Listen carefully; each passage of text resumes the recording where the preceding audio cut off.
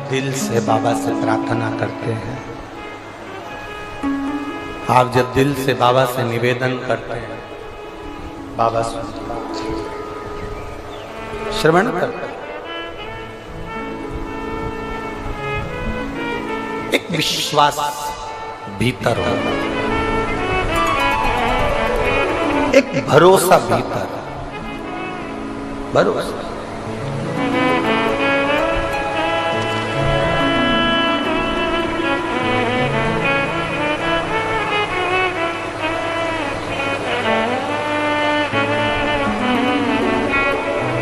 और जब भरोसा और विश्वास की दृढ़ता प्रबल होती है ना, तब शिव को मिलने में देरी नहीं होती। तब ओगरदानी मेरा, शंभु मेरा, त्रिकालदर्शी मेरा, कैलाशी मेरा, विनाशी मिलता है। उसको मिलने में देरी नहीं होती।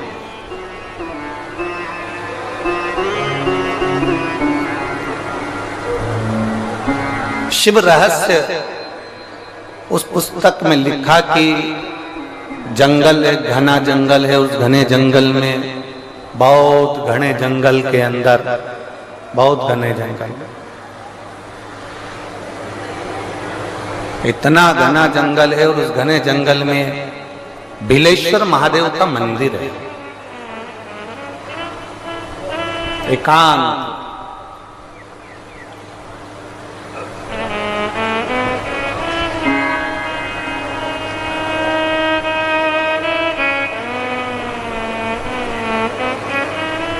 और जब बिलेश्वर महादेव का मंदिर है तो उसके पास में, जंगल के पास में जो गांव था, गांव में बहुत सारे ब्राह्मण रहते थे। उन ब्राह्मणों ने विचार करा कि अपन प्रदोष का दिन है और पास में ही जंगल में बिलेश्वर महादेव का मंदिर है, सब जल चढ़ाने चलते, पूजन करने चलते। पर एक बात है कि वहां जो शंकर जी का मंदिर है, वहां सब वनवासी रहते हैं, सब आदिवासी, सब वनवासी, वन में विचरण करने वाले, वन में रहने वाले रहते। और उस मंदिर में कोई पूजन नहीं करता है। इतने में एक ब्राह्मण बोला कि मंदिर में पूजन तो होती है, पर वही वनवासी करते हैं, पर उनको पूजन करना नहीं आता। किसी ने पूछा कैसी पूजन करते हैं, तो कहने लगे जैसे हम तांबे के लोटे से जल चढ़ाते हैं, भगवान को भोग लगाते हैं, बेलपत्र चढ़ाते हैं। वो वन में रहने वाले, उनको कोई मालूम नहीं है ना, तो वो क्या करते हैं कि उन्हें चमड़े का, एक जानवर को मारकर उसकी खाल को, चमड़े का एक बैग तैयार करा है, उस बैग में जल भरते हैं और चमड़े का जल शंकर जी को चढ़ा देते हैं। किसी पशु पक्षी को मारते हैं, उसका मांस उठाकर भगवान को भोग लगा देते हैं। ब्राह्मणों ने विचार करा, बताओ कैसे लोग हैं, भगवान को पहचानते नहीं, कैसे लोग भगवान को जानते नहीं। अपन चलते हैं और अपन पूजन करेंगे। पूरे पूजन की सामग्री लेकर ब्राह्मण जितने थे सारे के सारे बिलेश्वर महादेव पर पहुंच गए। बिलेश्वर महादेव पर जैसे ही पहुंचे, जरा कथा पर ध्यान देना, ये कथा हमको बताती है, ये शिव रहस्य की कथा हमको कहती है कि भगवान कभी भी सामग्री का भूखा नहीं रहा, भगवान भोलेनाथ भाव का भूखा रहा। भगवान शंकर को रिझाने के लिए सामग्री की जरूरत नहीं है। कोई चीज तुम पशुपति व्रत करने के लिए गई हो, थोड़ा सामान तुम्हारा घर पर छूट गया, मान लो तुम्हारा कंकु, रोली, मौली, चंदन, हल्दी कुछ घर पर छूट गया, बस एक चीज ना छूटे, जो 6 दिए हैं वो और प्रसाद के 3 हिस्से तुम लेकर जा रहे हो, उसके 3 हिस्से करने का सामान वो छूटना नहीं चाहिए। बाकी का तुम्हारी मौली घर पर छूट गई, रोली घर पर छूट गई, चंदन घर पर छूट गया, अगर तगर घर पर छूट गया, कपूर घर पर छूट गया, लोटा पानी का घर पर छूट गया, कोई सामान तुम्हारा घर पर छूट गया, चल जाएगा, बिल्कुल चलेगा। तुम उसमें चिंता मत करना कि मेरी थाली में ये नहीं। गणगौर की पूजन करने जाती हैं माताएं, इधर गणगौर होती है कि नहीं होती हमको नहीं मालूम। गणगौर की जब पूजन करने माता जाती हैं, तीज का पूजन करने जाती हैं, देवी का पूजन करने जाती हैं, चतुर्थी का पूजन करने जाती हैं, किसी देवी देवता का पूजन करने जाती हैं, पूजन की थाली में दूसरे की थाली में देखती हैं कि बहुत सारा सामान है, मेरी थाली में ये चीज नहीं है, तो उसको याद आती रहती है, मैंने तो भगवान को ये चढ़ाया ही नहीं, मैं तो भगवान को ये दे ही नहीं पाई, मैं तो भगवान को ये दे नहीं पाई, मेरे पास तो ये सामान है ही नहीं, उसकी चिंता में लग जाती है। शिव महापुराण की कथा कहती है, जो देवी देवता ने आपके हाथ से बुलवाना था वो सामान देवी देवता ने अपने हाथ से बुलवा लिया, अब चिंता करने की जरूरत नहीं। आप ये टेंशन मत लो कि मेरी थाली में ये नहीं है, मेरी थाली में ये है, ना ना, आप तो भगवान के भरोसे छोड़ दो कि तूने जो कहा मैं वो लेकर आ गई, तूने जो मुझे बुद्धि दी उस बुद्धि से मैं लेकर आ गई, तूने जो मुझे आज्ञा करी मैं वो लेकर पहुंच गई। अब मेरे पास में ये नहीं कि मैं ये भूल गई, मैं ये रह गया।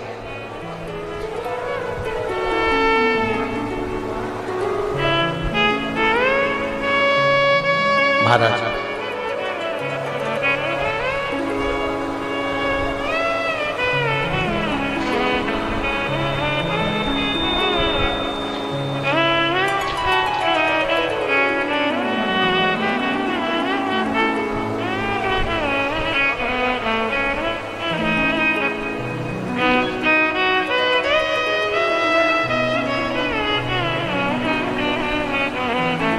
बाबा तूने लाखों की तकदीर संवारी है, बाबा तूने लाखों की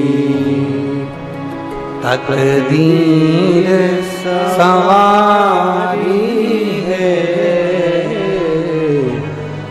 इतना मुझे बतला दे, इतना मुझे बतला दे, कब मेरी बारी है, इतना मुझे बतला दे, कब मेरी बारी है, बाबा तूने लाखों की, भोले तूने लाखों की तकदीर संवारी है, भोले तूने लाखों की तकदीर संवारी है, इतना मुझे बतला दो, इतना मुझे बतला दो,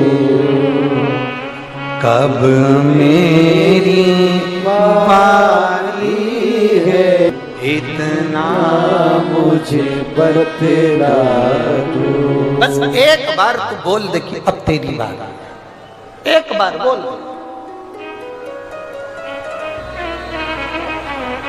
हाथ में जल का पात्र हो, शंकर के मंदिर में जब तुम जा रहे हो, शिव के पास जब पहुंचो, जल से हाथ, ये लोटा जब जल का तुम बाबा को समर्पित कर रहे हो, जल चढ़ा रहे हो, उस समय पर बाबा से जरूर कहो, बाबा बहुत दिन हो गए, बहुत दुखी हूं, ए मेरे शंकर, मेरे कुबेरेश्वर महादेव, मेरे महाकाल राजा, मेरे इस हाथ को अब तुम पकड़ लो बाबा, बहुत दुखी हूं, अब तुम थाम लो बाबा।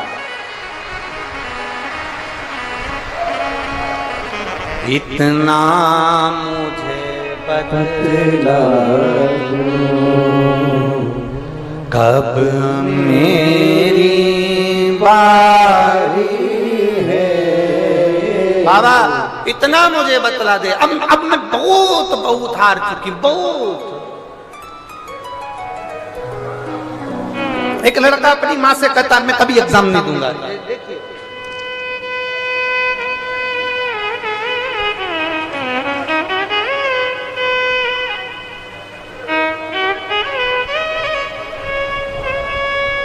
उगंता यादव, अंतर सिंह यादव, कहीं बैठे हो तो हाथ हिलाइए।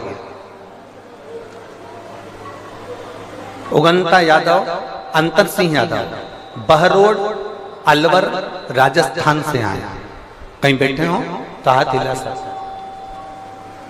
उगंता यादव, अंतर सिंह यादव, बहरोड अलवर राजस्थान से आए। 2 साल से कथा सुन रहे हैं गुरुदेव। मेरे बेटे का कहीं सिलेक्शन नहीं हुआ, आखिरी में उसने कह दिया कि अब कभी एग्जाम नहीं दूंगा। आपने कथा में कहा था कि हिम्मत मत हारना, बाबा पर जल चढ़ाते रहना। एक बार नहीं सुनेगा, दूसरी बार नहीं सुनेगा, तीसरी बार नहीं सुनेगा, चौथी बार नहीं सुनेगा, चिल्लाते रहना, उसके मंदिर में जाते रहना, सुनेगा जरूर। मैंने मेरे बेटे से कहा, इतने में हिम्मत हार गया? वो सीहोर वाला महाराज कहता है शंकर पर जल चढ़ाया गया कभी खाली नहीं जाता, एक बार फिर हिम्मत कर। बेटा कहता है मां अब नहीं दूंगा एग्जाम। मैंने अपने बेटे से कहा, अब की बार एग्जाम देने जा और भोलेनाथ जी से कहना वो सीहोर वाले की तो लाज रख ले, मेरी नहीं रखे तो कम से कम उसकी तो सुन ले। और मेरे बेटे ने शंकर पर जल चढ़ाकर एग्जाम दिया। आज मेरा बेटा इनकम टैक्स ऑफिसर के पद पर विराजमान है। मैं बाबा को धन्यवाद देने के लिए, मैं शिव को धन्यवाद देती हूँ, मैं शंकर ओघड़ी को धन्यवाद देती हूँ, मैं बाबा को धन्यवाद देने आई हूँ। उगंत यादव, अंतर सिंह यादव, बहरोड अलवर राजस्थान, मेरा मोबाइल नंबर है। ये शिव तत्व शंभू है, कैसे हार जाए हम, कैसे? उसके मंदिर में जब जाओ, उसकी चौखट पर जब जाओ, तुम्हें कुछ नहीं आता, ना तुम अर्चना जानते हो, ना पूजन जानते हो, ना आराधना जानते हो, ना तुम दिया जलाना जानते हो, ना तुम आरती करना जानते हो, ना तुम पूजन करना जानते हो, ना तुम भगवान को रिझाने का कोई तरीका जानते हो, ना तुम भगवान को रिझाने के लिए कोई पाठ जानते हो, ना कोई तुम पूजन जानते हो, ना तुम आराधना जानते हो।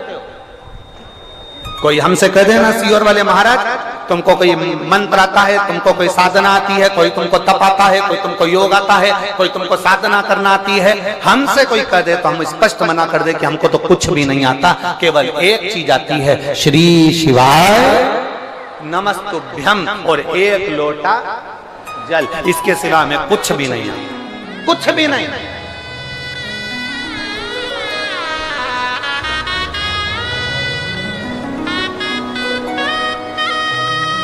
लोग हमसे कह देते तुम तो विद्वान ही नहीं हो, तुम्हें कोई मंत्र नहीं आता, कोई साधना नहीं आती, कोई ये नहीं आता, वो हम विद्वान बनना भी नहीं चाहते। विद्वान बन के करेंगे क्या? रावण विद्वान था, रावण में इतनी विद्वत्ता थी, वो विद्वान था। रावण के आगे लिखा होता था रावण लंकाधिपति विद्वान है।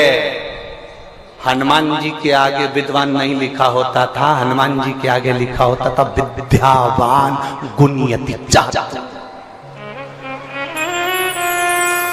रावण विद्वान था, हनुमान जी विद्यावान थे। विद्वान और विद्यावान में अंतर होता है। विद्वान व्यक्ति अपना आडंबर ज्यादा फैलाता है, विद्वान व्यक्ति अपना दिखावा ज्यादा करता है। विद्वान व्यक्ति बार बार कहेगा तुम्हें ये नहीं आता, तुम्हें वो नहीं आता, तुम ये नहीं जानते, तुम वो नहीं जानते, पर विद्यावान गुणयति चातुर विद्यावान व्यक्ति वो होता है जो झुककर प्रणाम कर कर नमन कर कर भक्ति करता है। उसे किसी से मतलब नहीं कि आडंबर क्या होता है, क्या परचम, उसे कोई मतलब नहीं। उसे तो केवल एक मतलब है कि भगवान की भक्ति कैसे करना है। और हमने आपसे भी इतना ही निवेदन करा, आपको मंत्र नहीं आते बिल्कुल मत आने दो, आपको साधना नहीं आती बिल्कुल मत आने दो, आप योग नहीं जानते मत जानो, आप साधना नहीं जानते, आराधना नहीं जानते, मंत्र नहीं जानते, तंत्र नहीं जानते, विद्या नहीं जानते, स्तुति नहीं जानते, आरती करना नहीं जानते, पूजन करना नहीं जानते, मत जानो। तुम तो एक काम करो, सारी समस्या का हल एक लोटा जल। हम पढ़े लिखे नहीं, हम विद्वान नहीं, हम ज्ञानवान नहीं, हम तो इतना जानते हैं कि शंकर भगवान को राम जी ने एक लोटा जल चढ़ाया था तो उनको लंका का राज्य मिल गया था। भगवान कृष्ण ने एक लोटा जल चढ़ाया था तो उनके घर में 1,77,186 बच्चे हो गए थे।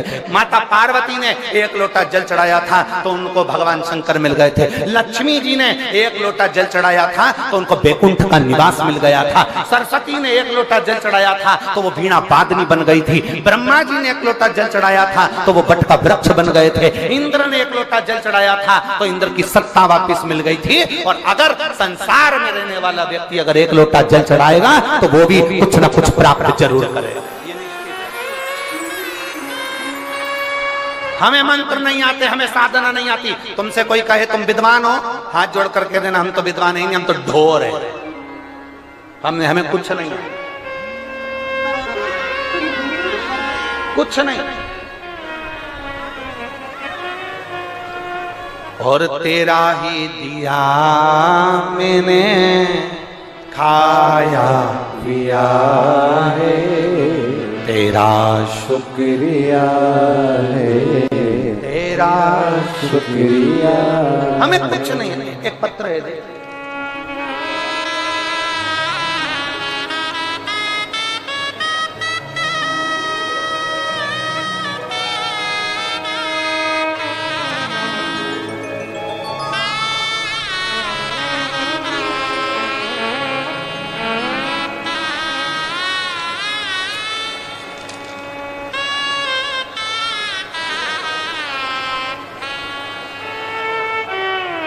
सुनील कुमार,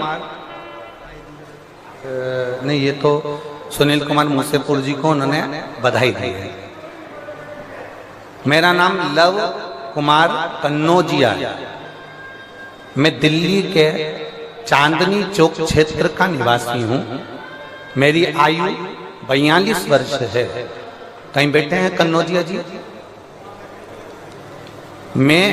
मेरा नाम लव कुमार कन्नौजिया है। मैं दिल्ली के चांदनी चौक क्षेत्र का निवासी हूँ। मेरी आयु 42 वर्ष है। मेरा मोबाइल नंबर ये है। मैं धोबी हूँ, मैं जाति से धोबी हूँ। कपड़े धोना, कपड़े पर प्रेस करना, इस्त्री करना, कपड़े पर ड्राई क्लीन करना और लोगों के घर से कपड़े लाकर धोना, ये मेरा काम है। मैं सुनील मूसेपुर जी को, जजमान जी को धन्यवाद देता हूं कि हमारे क्षेत्र में गुरुजी आप कभी नहीं आए थे, पर सुनील भैया आपको लेकर आए हैं, मैं उनको धन्यवाद दे रहा हूं। सुनील जी, एक बात तो है, आपने कईयों के दिल पर राज कर लिया। ये कथा का आयोजन कराकर आपको बहुत बहुत साधुवाद, बहुत बहुत बहुत। और बाबा अगर ऐसी कृपा बनाकर रखे ना तो ऐसे सत्कर्म करते रहना। देवाधिदेव महादेव आपके ऊपर ऐसी कृपा बना।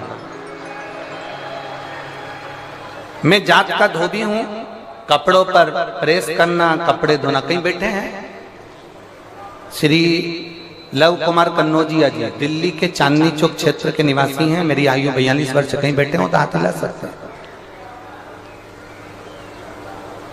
मैं धोबी हूं, कपड़ा धोना, प्रेस करना मेरा काम है। गुरुदेव, बहुत संघर्ष में जिंदगी चल रही थी, कोई साथ देने वाला नहीं था, तब आपकी शिव पुराण ने मेरा साथ दिया।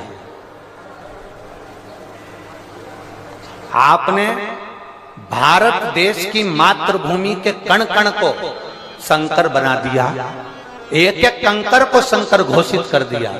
मैं आपको साधुवाद देता हूं गुरुदेव।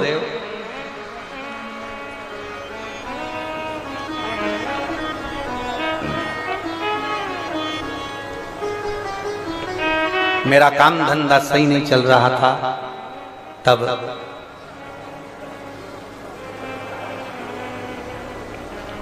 करूं क्या? आप कहते हो कि कुछ भी सेवा करो, करो। मैंने भी उस दिन संकल्प ले लिया।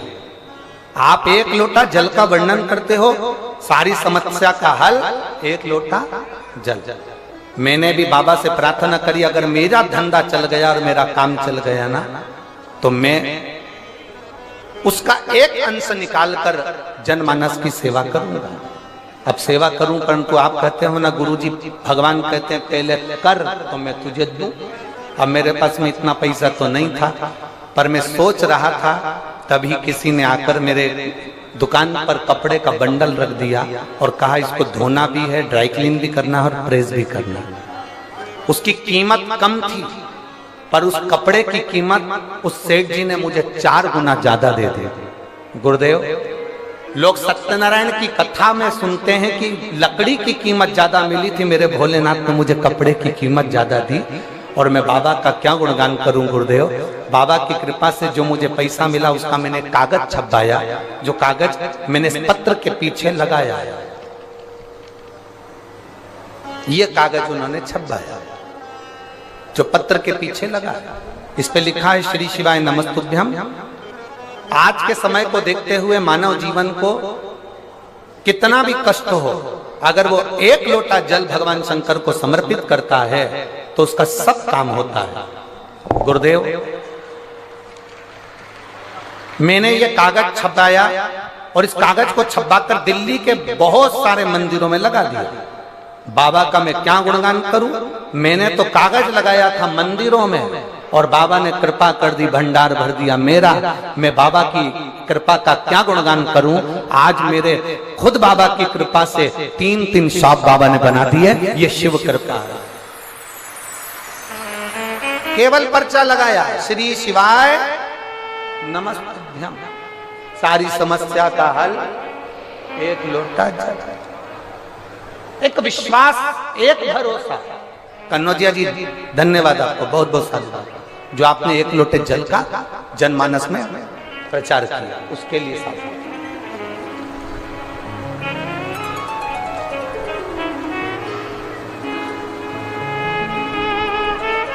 शंभु है, त्रिकालदर्शी, कैलाश, अविनाशी, उसको पहचानना बहुत कठिन।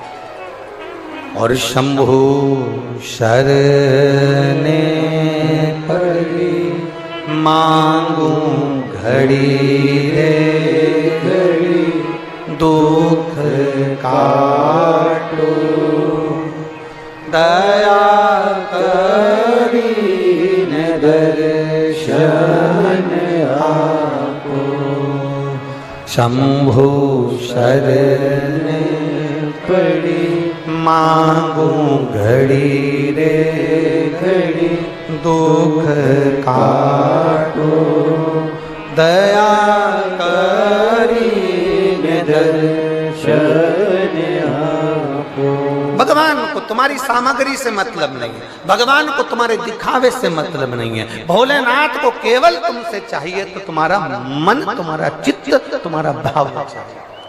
निर्मल मन सो मोहि पावा, मोहि छल छिद्र कपट। भगवान को केवल, और जितने भाव से, जितने हृदय से, दिल से आप सुनोगे मेरा देव अधिदेव महादेव, उतने दिल से तुम्हारी खाली झोली को भर कर भेज देगा। वो शिव है, वो घड़ी है। बोल बम का नारा है, जम के जरा जम के बोलो, बोल बम का नारा है। सारी समस्या का हल। कोई लेट बनता है, कोई जल्दी बनता है, शिव को जल चढ़ाने वाला एक दिन सेठ जरूर बनता। शिव को रिझाने वाला कभी कमजोर। अब जरा समझिएगा कथा को, बड़े बड़े भाव से समझिए।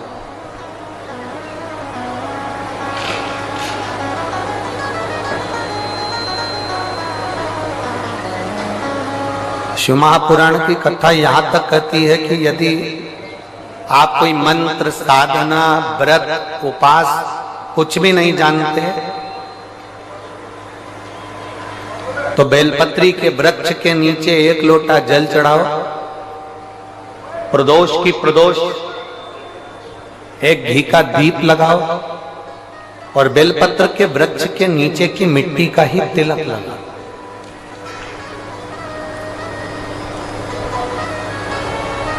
बेलपत्र के वृक्ष के नीचे की ही मिट्टी का तिलक।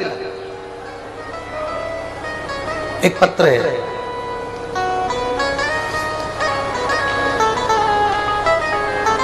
आधी पूजन हुई थी।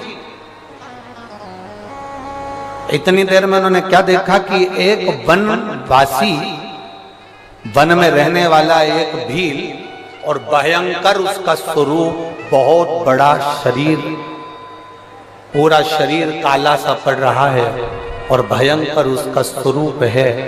और वो शिवालय के अंदर आ गया और शिवालय के अंदर आते से भगवान शंकर के शिवलिंग को उसने दोनों हाथों से लपेट लिया, गले से लगाया।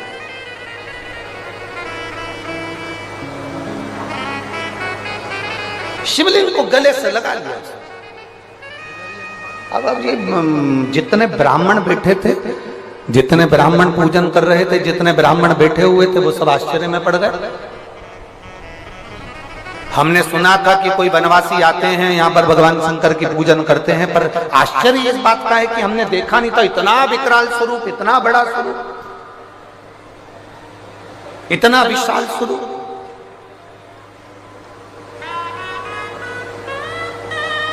अब ये सब डरने लगे, भय खाने लगे, इनको डर लगने लगा, इनको भय लगने लगा। और इनको जब डर लगा, इनको जब भय लगा तो पीछे सरक गए मंदिर में, पीछे की ओर दीवार से थोड़ा सा टिक कर बैठ गए, पीछे की ओर सरक गए। जो पीछे की ओर खस के बैठे, इसने शिवलिंग को पकड़ा और भगवान शंकर को चिल्लाना प्रारंभ करा। बहुत तेज तेज इसने आवाज लगाई, बहुत तेज तेज इसने आवाज लगाना प्रारंभ। बहुत अब ब्राह्मणों को इसकी भाषा समझ में नहीं आ रही थी कि ये क्या बोल रहा है।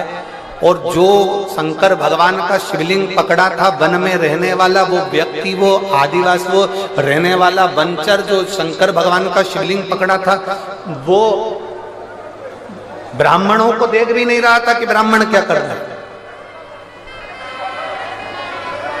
वो देख भी नहीं रहा, वो चिल्लाए जा रहा है। ब्राह्मण डरे, पीछे की ओर हो गए और वो चिल्ला रहा है, वो आवाज लगा, बहुत चिल्ला, बहुत आवाज।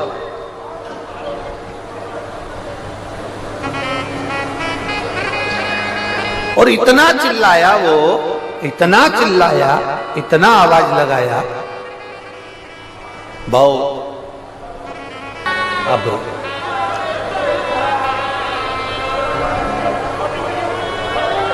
महाराज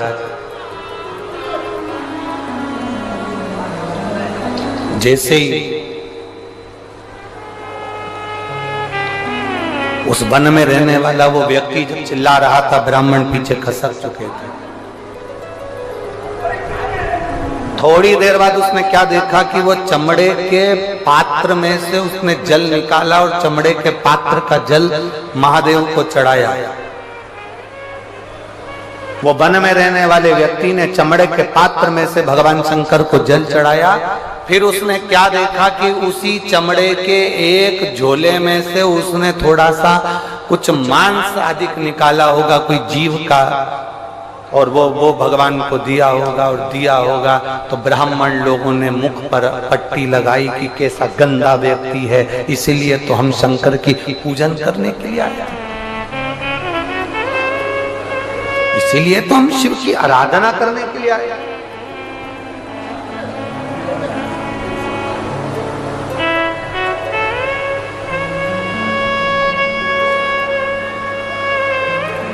हमारे बीच में आरती सिंह जी राव जी पधारी हैं, एक बार जोरदार ताली बजाकर उनका साधुवाद वंदन, बहुत बहुत साधुवाद।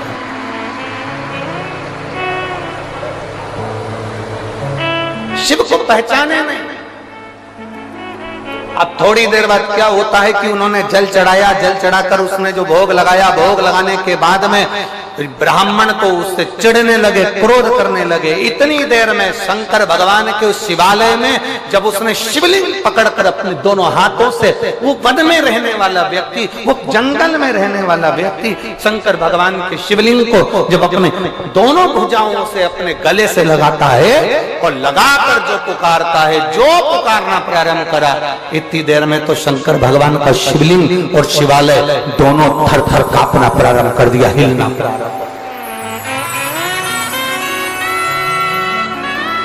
शिवलिंग हिल रहा, शिवालय हिल रहा। ऐसा लग रहा है जैसे भूकंप, ऐसा लग रहा है जैसे भूकंप आ रहा है। हारमोनियम थोड़ा स्वर लगा, हारमोनियम एक नंबर से चलने दो उसको।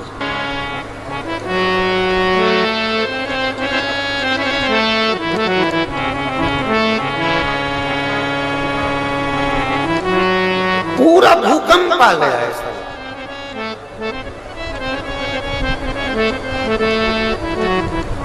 और जैसे भूकंप आया, पृथ्वी हिली, पृथ्वी डोली।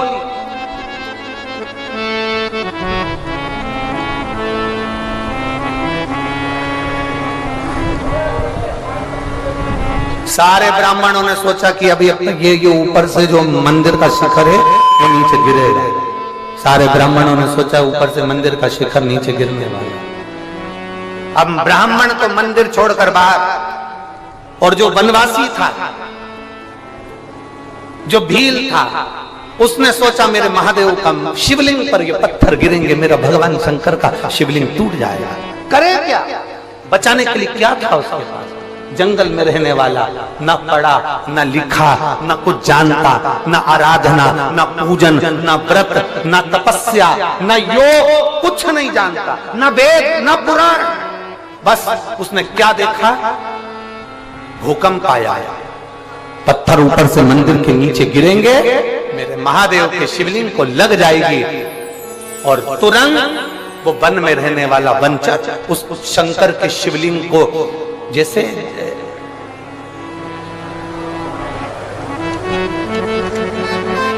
ये शिवलिंग, ये गोल जलाधारी, वो बंचर जहां से अशोक सुंदरी का स्थान है वहां पर तो उसने पांव कर शंकर चारों तरफ से, जैसे बच्चा एक करमट करके सोता है तकिए को अपनी ओर खींच कर, उसी तरह से उसने शिवलिंग को चारों तरफ से लपेट लिया और अपना हाथ शंकर के शिवलिंग पर रख लिया, और पूरी तरह से भगवान शंकर के शिवलिंग को उस वन में रहने वाले उस व्यक्ति ने पूरा शिवलिंग दबा लिया। पूरा पत्थर गिरना प्रारंभ हुए, जो पत्थर गिरना प्रारंभ हुए, धड़ाधड़ पत्थर गिरे, उसकी पीठ पर गिरते रहे, उसके शरीर पर गिरते रहे, और शरीर पर पीठ पर गिरते गिरते ब्राह्मण सब बाहर खड़े थे, इसकी पीठ पर पत्थर के पत्थर गिर रहे थे। थोड़ी देर बाद पृथ्वी स्थिर हो गई, इसने अपनी पीठ से पत्थरों को हटाया, शंकर के शिवलिंग को देखा, और देखकर उनको हाथ से स्पर्श कर कर कहा, बाबा कहीं आपको लगी तो नहीं है बाबा, कहीं चोट तो नहीं आई बाबा? और चिल्लाकर बोला अपनी भाषा में, रोज तुम मुझे बचाते थे, रोज तुम मेरी रक्षा करते थे, महादेव आज मैंने तुम्हारी रक्षा करी, आज मैंने तुम्हारी रक्षा की। इतना तो कहना था, शंकर भगवान प्रकट हो गए उस शिवलिंग में से, प्रकट हो गए, और शिव जी प्रकट होकर कहते हैं ये शिवलिंग साधारण नहीं, तू भील है, तूने यहां पर मेरी सेवा करी है, इसका नाम भीलेश्वर महादेव होगा। दक्षिण में आज भी वह भीलेश्वर महादेव पूजित हैं। ब्राह्मण अंदर आए, शंकर भगवान ने कहा, देखो पूजन से मैं कभी प्रसन्न नहीं हुआ, बहुत पूजन की सामग्री से मैं प्रसन्न नहीं हुआ। ब्राह्मण देवता, तुम 4 घंटे से मंत्र पढ़ रहे थे, जैसे ही कंपन होने लगा तुम सबसे पहले छोड़कर भाग गए, पर ये ना पूजन जानता है ना आराधना जानता है, ये भील है, जंगल में रहने वाला, ना कुछ आराधना जानता ना पूजन जानता, बस इसने मेरे शिवलिंग पर भले कैसा भी जल चढ़ाया, पर मुझे दिल से प्रेम करा, भाव से रिझाया, इसलिए मैं प्रकट हो गया, इसलिए ब्राह्मणों ने चरण छुए, भगवान देवादिदेव महादेव के क्षमा याचना करी, और भील से कहा, भील आज तेरे कारण प्रदोष के दिन हमें देवादिदेव महादेव का आज दर्शन हुआ। शिव महापुराण की कथा में भगवान शंकर कहते हैं, सुनो ए ब्राह्मण देवता, प्रदोष के दिन यदि शंकर के मंदिर के शिखर का दर्शन हो जाए, प्रदोष के दिन शंकर के शिवलिंग का दर्शन हो जाए, प्रदोष के दिन बेलपत्र का दर्शन हो जाए, या प्रदोष के दिन शंकर भगवान की पवित्र कथा शिव महापुराण सुनने को मिल जाए, या प्रदोष के दिन किसी शंकर के भक्त का दर्शन करने का मौका मिल जाए, तो समझ लेना कि शिव का दर्शन, शिव का दर्शन। मेरा बाबा, मेरा उघड़दानी, मेरा त्रिकालदर्शी, मेरा कैलाश अविनाशी उस रूप में प्रकट हो जाता। और धन्य है रे रेवाड़ी वालों, कल 22 तारीख प्रदोष का दिन, और आप पूरे रेवाड़ी वासियों को शिव महापुराण की कथा सुनने का फल मिलेगा। पूरे रेवाड़ी वासी। और कितने दिन की कथा है? 5 दिन की। तो कल की जो रात्रि कहलाएगी वो कौन सी रात्रि है? जम के बोलो जरा, शिवरात्रि। कथा समापन के एक दिन पहले की जो रात्रि होती है शिव पुराण में, उसको शिवरात्रि कहते हैं।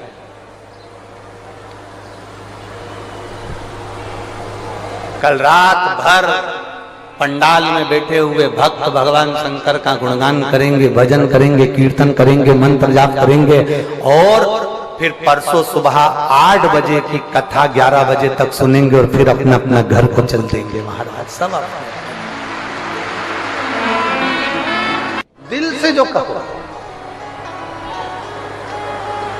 शिव कथा कर,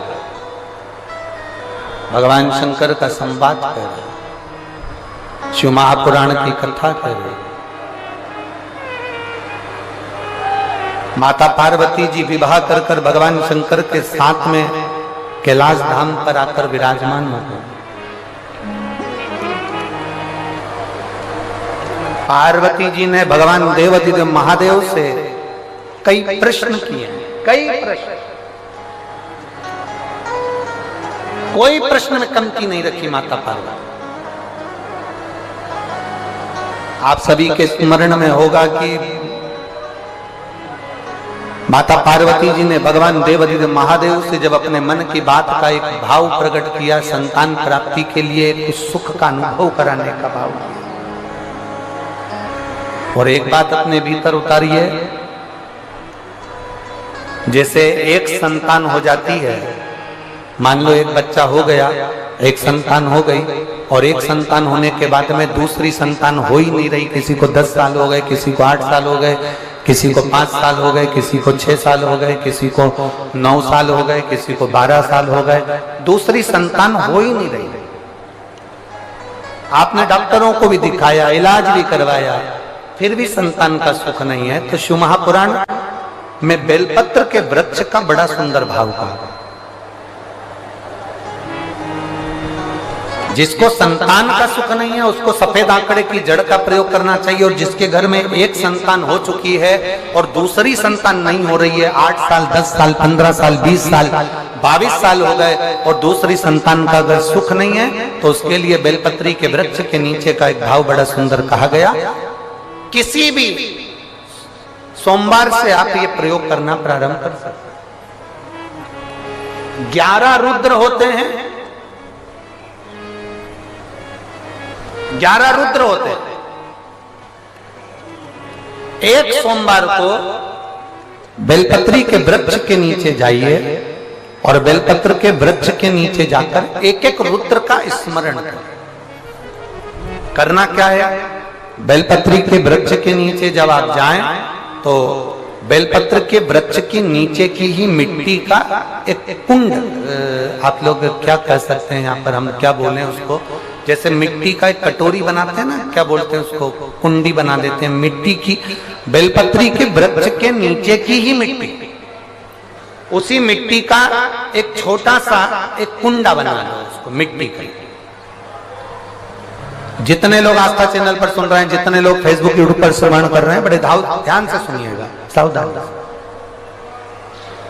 मिट्टी की कुंडी बनाई, उस कुंडी में जल समर्पित कर दिया और जल चढ़ाने के बाद में एक घी का दिया लगाकर वहीं पर थोड़ा सा मीठा, कुछ भी जो आपके पास में हो, घर में जो भी उस समय पर आपके साथ में हो, या तो दूध घर का मीठा हो जैसे मावे का, खोए का हो या खीर हो, तो वहीं पर एक कटोरी में थोड़ा सा रख दीजिए और उस कुंडी में जो जल चढ़ाया गया है वहां पर उस बेलपत्री के वृक्ष के नीचे भगवान शंकर के 11 जो रुद्र हैं उसमें से एक एक रुद्र का आपको स्मरण करना है। 11 रुद्र का नाम क्या है? तो पहले नंबर पर आता है कपाली, दूसरे नंबर पर आता है पिंडर, तीसरे नंबर पर आता है भीम, चौथे नंबर पर आता है विरूपाक्ष, पांचवें नंबर पर आता है बिलोहित, छठे नंबर पर आता है शास्त्र, सातवें नंबर पर आता है अजपात, आठवें नंबर पर आता है अहिष्णु और 9वें नंबर पर आता है शंभु, 10वें नंबर पर आता है चंड और 11वें नंबर पर आता है भव।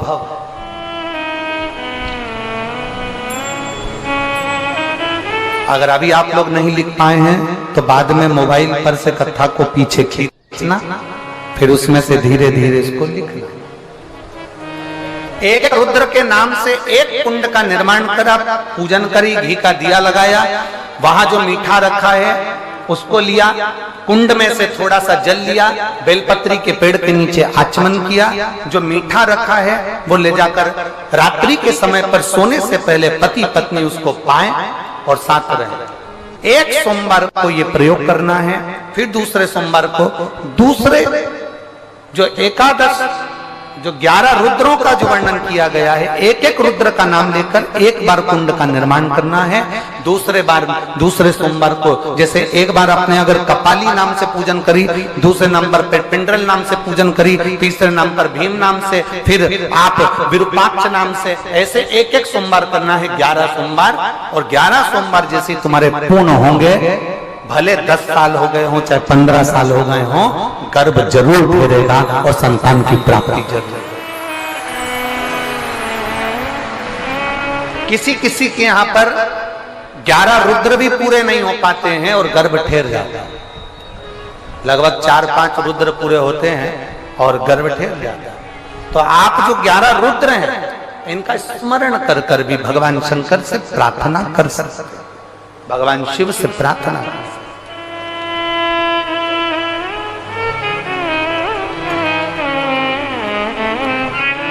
और शंभु शरणे पड़ी मांगू घड़ी रे घड़ी, दुख काटो दया करी दर्शन आपो। आप 11 रुद्र का स्मरण कर कर भी पूजन कर सकते। शिव कथा कर रही है, भगवान शंकर का संवाद कर रहा है, शिव महापुराण की कथा कर रहे। पार्वती जी ने भगवान शिव से कहा, तारकासुर का वध होना है, गंगा जी के जल से भगवान शंकर के तेज पुंज से 6 पुत्रों का जन्म हो, जिनको कृतिकाओं ने पाला तो उनका नाम कार्तिकेय पड़ गया। माता पार्वती जी ने कार्तिकेय जी से कहा,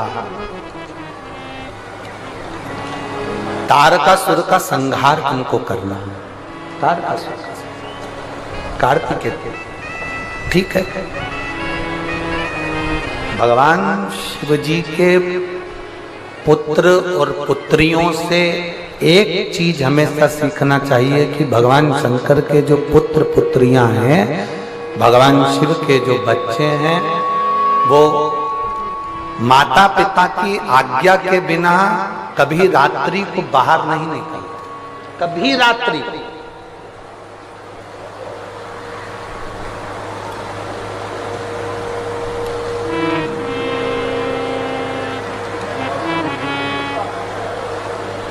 मनुष्य में और पशु पक्षी में एक सबसे बड़ा अंतर है।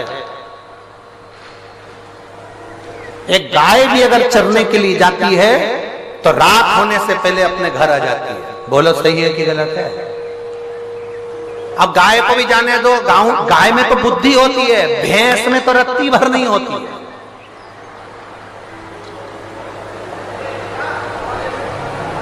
वो कहते हैं ना भैंस के आगे बीन बजाना, वो इसीलिए कहते हैं भैंस में रत्ती भर।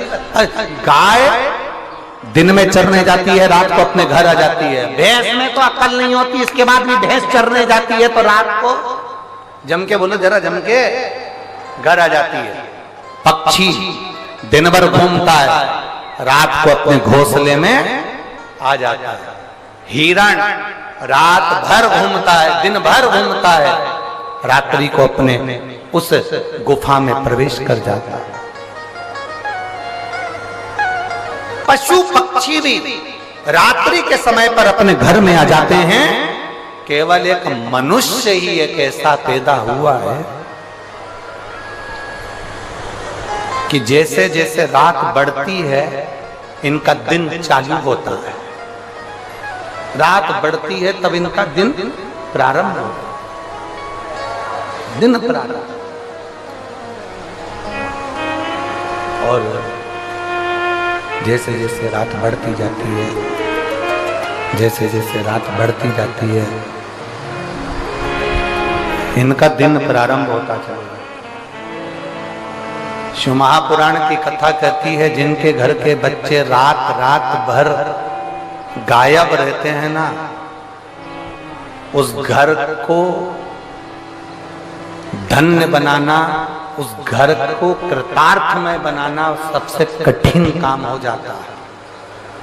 सबसे पहला काम मेरी जीजियों को करना चाहिए कि अपने घर के बच्चों को रात्रि में कहीं जाने से रोकना चाहिए। तुम जाओ रात्रि के 8-9 बजे तक जाओ, 9 बजे के बाद अपने घर में आ जाओ, पर पूरी रात आप अपना घर छोड़कर कहीं ना जाओ। आज सबसे बड़ा जो दुख का कारण है ना, ये व्यसन में लोग जो डूब रहे हैं, बहुत बहुत दुनिया के लोग ना जाने इतना नशे में आज के जमाने की नवयुवक पीढ़ी, आज के जमाने का नवयुवक व्यक्ति, नया जो जमाने के लोग हैं, नवयुवक पीढ़ी है, नवयुवान बच्चे हैं, आज